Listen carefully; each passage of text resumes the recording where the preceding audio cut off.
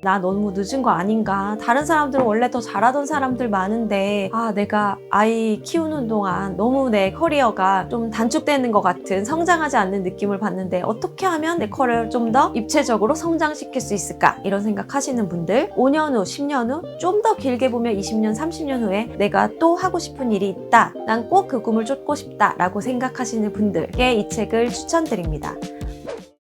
네, 안녕하세요. 최윤아의 슈필라움 구독자 여러분. 거의 1년 만인 것 같습니다. 저의 슈필라움 공간도 이렇게 새롭게 바뀌었는데 나중에 새롭게 바뀐 제 공간도 소개해드리기로 하고 오늘은 제가 세 번째 저의 책을 들고 나왔습니다. 어떤 책인지 여러분께 좀 소개를 드릴까 하는데요. 아시다시피 제가 변호사, 드라마 작가, 아들 둘, 엄마로 이렇게 세 가지 캐릭터로 살고 있지 않습니까? 정말 많은 분들이 저한테 변호사님 시간 관리 어떻게 하세요? 변호사님 헤르미온느세요? 이런 질문을 정말 많이 해주시거든요. 시간 관리에 대한 책을 내자라는 출판사도 굉장히 여러 군데서 연락을 주셨는데 좀 자신이 없었어요. 저는 그저 열심히 매 순간 살 뿐인데 이런 걸 책으로 내는 게 맞나? 이런 생각이 앞서더라고요. 그렇게 몇 년이 흘렀는데 드라마 굿파트너가 방영된 이후에 많은 분들이 이 질문을 더 많이 하시는 거예요. 그래서 많은 분들이 궁금해 하시는 답을 찾기 위해서 제 지난 10년을 돌이켜 봤을 때 이것만큼은 모두에게 통용될 수 있고 모두에게 도움이 될 수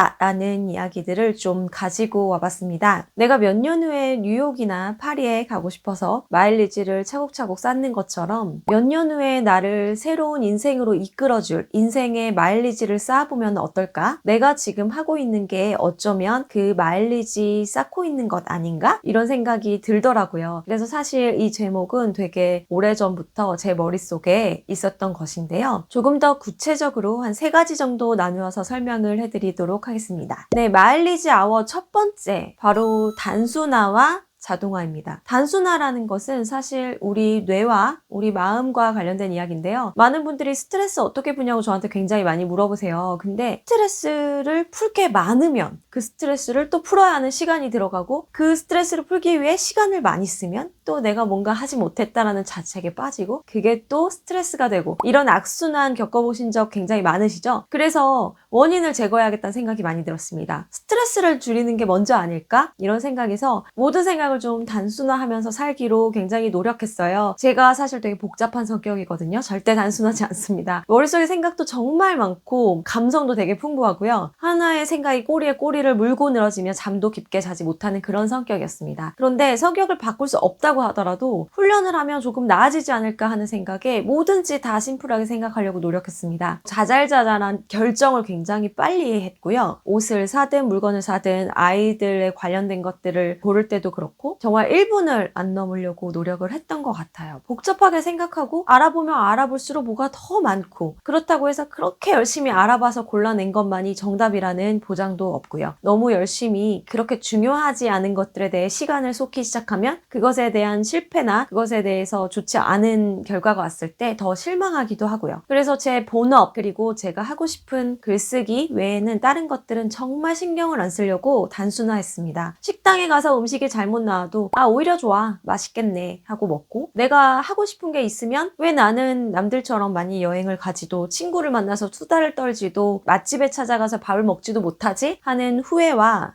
투덜거림보다는 나는 내 꿈을 향해 가고 있으니까 이런 것들 다 괜찮아 난 중요한 것만 집중하자 하는 그런 단순한 생각 그 생각이 저에게 엄청나게 스트레스를 줄여줬고 스트레스가 줄어드니까 힐링 타임이 그렇게 많이 필요하지 않게 되었던 것 같아요. 오늘 오전에도 사실 유튜브 촬영을 하나 마치고 왔는데 눈치채신 분도 있을 수 있겠지만 저 위아래 항상 이렇게 블랙 옷을 입거든요. 그리고 자켓을 계속 바꿔요. 사람들은 계속 똑같은 옷 입네? 이런 생각은 안 하지만 저에게는 이것들이 너무너무 간편해집니다. 내일 뭐 입을까 생각하는 전날부터 아니면 옷이 없어서 옷을 살 걱정을 하는 한 일주일 전부터 그 모든 시간을 아껴주기 때문에 저는 패션을 포기했다기보다도 그냥 단순화해서 좀 더 빨리 즐겁고 행복해지고 저의 그 자투리 시간을 남기기 위해서 항상 위아래 블랙을 입고 자켓을 바꿔 입는다는 거, 여러분도 한번 내가 그렇게 중요하게 생각하지 않는 부분에 대해서 조금 더 단순화해 보시는 게 어떤가 싶습니다. 그리고 자동화인데요, 작은 거는 뭐 계란이나 우유 배달부터 아이들 학원비 이런 것들도 웬만한 건 다 자동이체 해놓고요, 좀 정기적으로 필요한 식료품들은 다 정기 배송합니다. 남으면 어떡하나요? 이런 질문 하실 수 있겠는데, 부족해도 남아도 그냥 살아요. 그렇게 하다 보니까 모든 것이 다 많이 단순해집니다. 그래서 사실 저를 일상에서 만나신 분들은 되게 털털하다고 얘기를 하시더라고요. 근데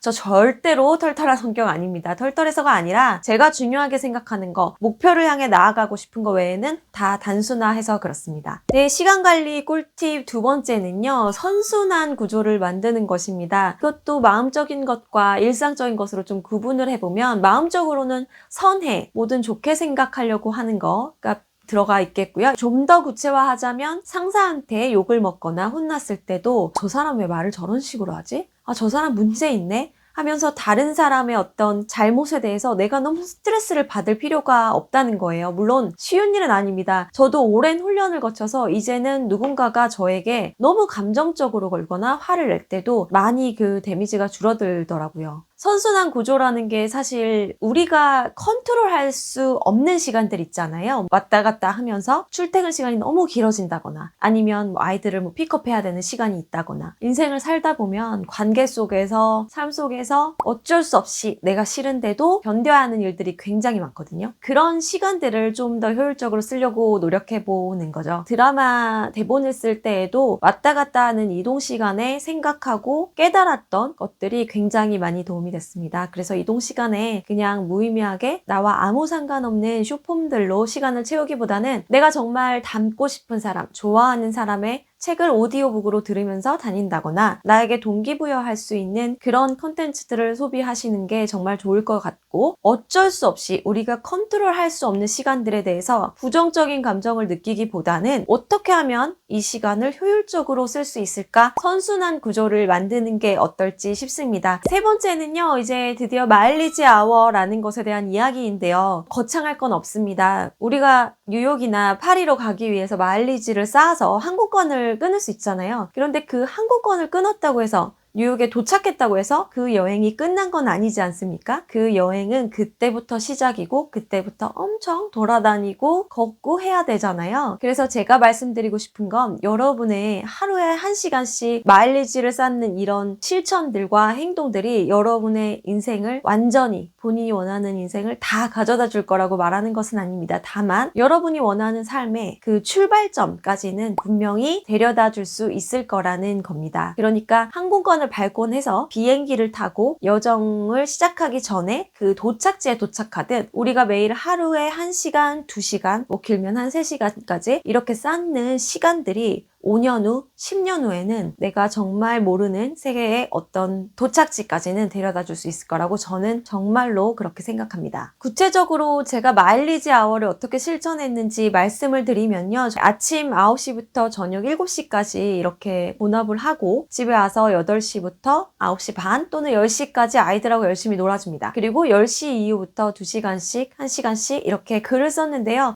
한 6, 7년 이렇게 글을 쓰다 보니까 많은 글들을 썼어요. 책을 이번에 3번째로 내기도 했고, 드라마 16부작을 쓰기도 했습니다. 물론 드라마 16부작을 하루 1시간씩 절대로 쓸 수 없지만, 한 드라마 1부에서 2, 3부까지 그 시간 동안 썼던 것 같고, 그 이후에는 더 많은 시간을 들여서 드라마를 완성했지만, 제가 아까 말씀드렸던 대로 제가 원하는 삶에 조금 더 나아가게 만들어주는 데 있어서는 하루에 1~2시간이면 충분하다라는 말씀을 저의 경험을 통해 꼭 말씀드리고 싶었습니다.